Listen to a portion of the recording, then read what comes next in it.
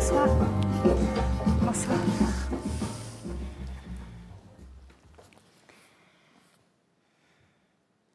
Je dois vous dire que j'ai tenu à lire votre manuscrit. Vous m'envoyez flatter. Je crains seulement que cette lecture rébarbative ne vous ait ennuyé. Bien au contraire, elle m'a passionnée. Ma curiosité était constamment en éveil, mais je dois vous avouer qu'elle n'est pas tout à fait satisfaite. Ludovic fronça les sourcils. Certes, vous pouvez être fier d'avoir dissipé un mystère qui intriguait bien des gens.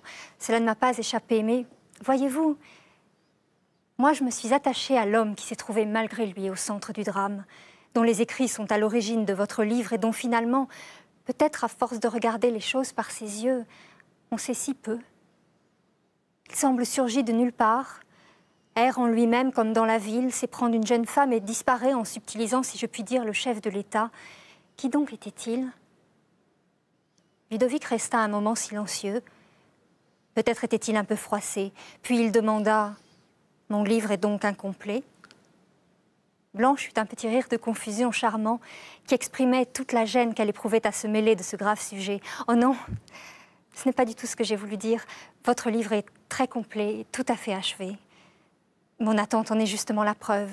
Parce que selon moi, un vrai livre n'existe que s'il recèle un creux d'ombre qui est son âme. Et c'est cette même âme obscure qui donne au livre sa qualité d'être autre et sa faculté de parler au lecteur. Ainsi, en lisant votre manuscrit, il m'a semblé entendre une question qui l'anime et appelle peut-être un autre livre. Non pas une suite, mais, pour ainsi dire, une profondeur antérieure.